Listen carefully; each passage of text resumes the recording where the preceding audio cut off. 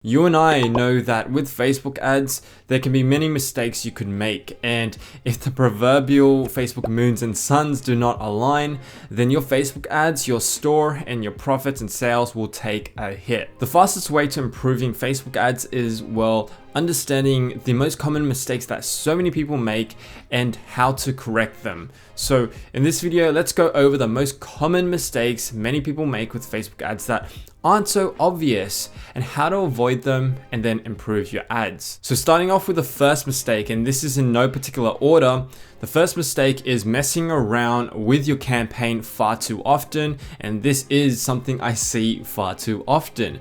People get too excited about scaling up their ads. They might see some results one day, and then suddenly they increase their budget or they start changing the current targeting options on the current ad set that is scaling up far too quickly, and this dramatically impacts the campaign, and it's a big no-no. Even though it might make a lot of sense to start optimizing the ad quite quickly, it's counterintuitive only because we need time for this ad to grow properly and to nurture that Facebook algorithm before shocking the system. So if you're spending too much money all of a sudden, the algorithm will not know what to do. And the other issue is making adjustments during the learning phase, which is typically a week long from setting it live. And this learning phase is very important that it is properly fleshed out without any major changes. What you do want to do though is be patient with your ads. Do not increase budget too dramatically. Now, this depends on where you're at with the ad, but in general, you don't want to increase it above 20% every single day. That's just a rule of thumb, but this really is dependent on your own situation. And besides that, just giving it enough time and being patient with your ad and really zoning in on the statistics, the metrics before making any major changes to your ads. The second most common mistake with Facebook ads that is hampering your results is running ads all the time. Just like you're not awake 24 hours of the day, 7 days a week, and we have a circadian rhythm as human beings, it's similar to Facebook ads. There are peak performance times for your ads too, and we need to understand how to tap into the peak performance times for your ads. If you're letting your ads run all the time, well then you're potentially burning through a lot of cash. Now, on the other hand, if you know how to optimize your ads correctly to serve at the right time for the optimal audience, then you're going to see much better results and better bang for your buck. As a solution, I recommend using a strategy called day parting, which I'll show you right now on screen. To achieve day parting, create a new campaign, and for the sake of this tutorial, I'll click on a random marketing objective, traffic, then move to your ad set level. When you're on the ad set level, scroll all the way down, and the trick here is to set the budget to lifetime budget. You'll then get access to more options, and with the more options under ad scheduling, click edit, and this is where it happens. Click run ads on a schedule. As you can see here, this will really give you a lot of options to run your ad at specific times. You can use the viewer's time zone or you can use your own time zone. And from here, you can select each box as to when you want to run your ad. You can also select every single day here. You need to analyze your stats, your website, your Shopify store, and or your Google Analytics to find out the best time of day for your business to serve your ads. Moving on to the third mistake now, which is to do with targeting, and this is not targeting accurately with interests. Very easy mistake to make. When it comes to Facebook ads, we've seen the infinite amount of possibilities to target. There are so many different options, and many times you're not making sales simply because you're one interest off the right audience. Targeting is so powerful on Facebook that it could be the difference between an ad that is really performing well for you and driving profits and sales to an ad that's just not working for you and you have no clue why. Targeting is typically a very common issue that people don't know how to leverage properly. So I'll answer one of the most common questions I get when it comes to Facebook ads, which is how big should the audience size be initially? And if you're just starting out with a new product and testing, then roughly 500,000 to $1 million. Now, of course, this is not a definitive answer. If someone tells you that there is a definitive answer for audience size, then that's not correct. But when you're just starting out brand new with a fresh new product and testing, that is the rough audience size that you should go for. You can achieve that audience size by always niching down by interest stacking. It's kind of like a Venn diagram essentially, where you have an overlap of interests. I'll put something up on the screen now to show you. So you usually have a few different interests and there's an overlap. The overlap is what we want to go for, and that is the sweet spot. The thing is, we need to get the 2 or 3, 4 different interests correct in order to find that sweet spot. So having that Venn diagram in mind, we are going into the ad set level, and then under detailed targeting, we're going to start inserting our interests. So let's just say we have a product that is going to appeal to dog owners that also like the outdoors. So what you're going to do is type in, firstly, it's dogs because we want dog owners. We can niche down a little bit more than this, but just for the sake of this example, we're going to go pretty quickly. Then we're going to click the narrow audience button there.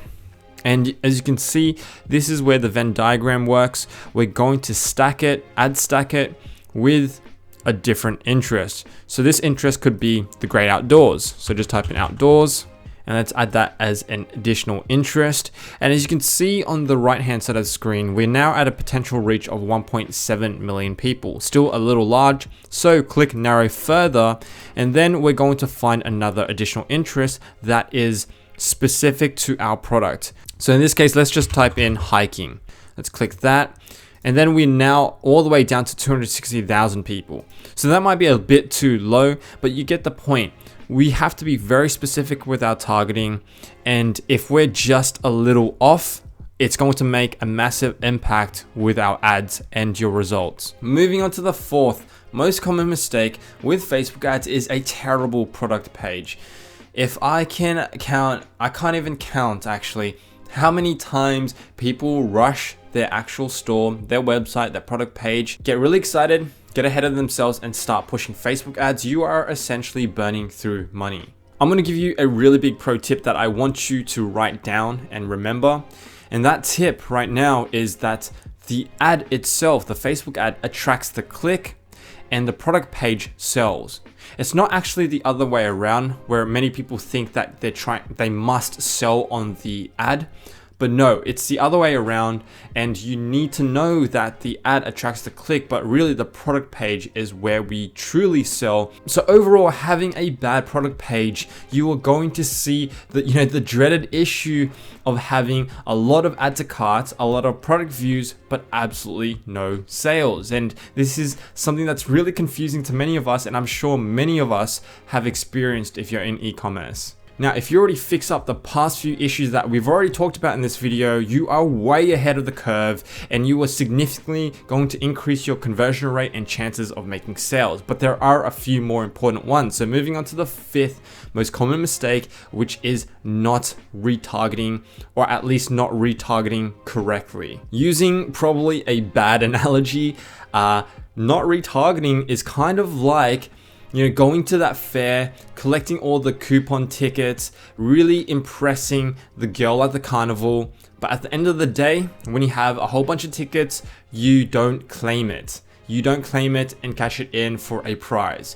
That's the same as not retargeting. It's crazy because retargeting is one of the easiest ways to scale up your sales and skyrocket your sales and profit margins, and to get those sales at a cheaper rate. By using existing audiences to gain those sales, that means lower cost per clicks and lower cost per conversions, because it's always cheaper. Remember this, it's always cheaper to market to an existing audience and existing customers than to try to gain new customers. There are many different ways to retarget. There are many beginner strategies, there are advanced strategies, but I will leave you with this tip, which is when you do retarget, make sure that you have a unique offer and that you have a different ad.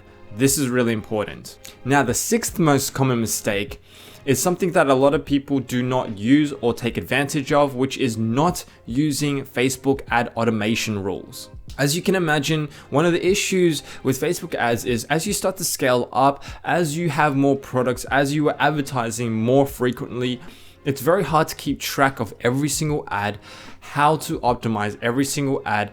It's just impossible to have one person look after a whole range of different ads really effectively, because each ad needs its own attention to fully maximizing, squeeze the juice out of each ad and increase sales and profit. That is essentially where automation rules come in.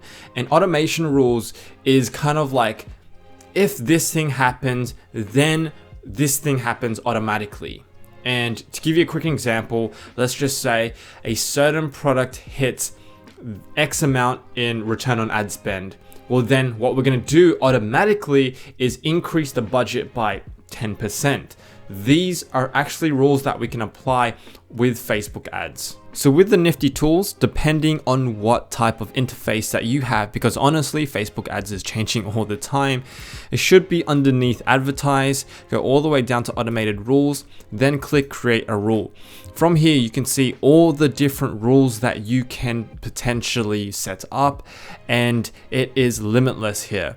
So this is really fun to use, and you can start to see that all the different rules can be applied to different things. Then actions can be turned on to adjust budgets or manual bid, turn on and off ad sets, etc. So this is a really powerful function that you can start to use and start to play with. Though, a note of caution, you have to be careful with this, because this actually can turn off, if you're not setting this up right, essentially, you can automatically turn off ad sets that are working well for you. So you need to be very careful with the rules that you create. Automation rules is something that I go into fine detail on in Social Marketing Mastery, and I actually give my students the exact rules that they should set up.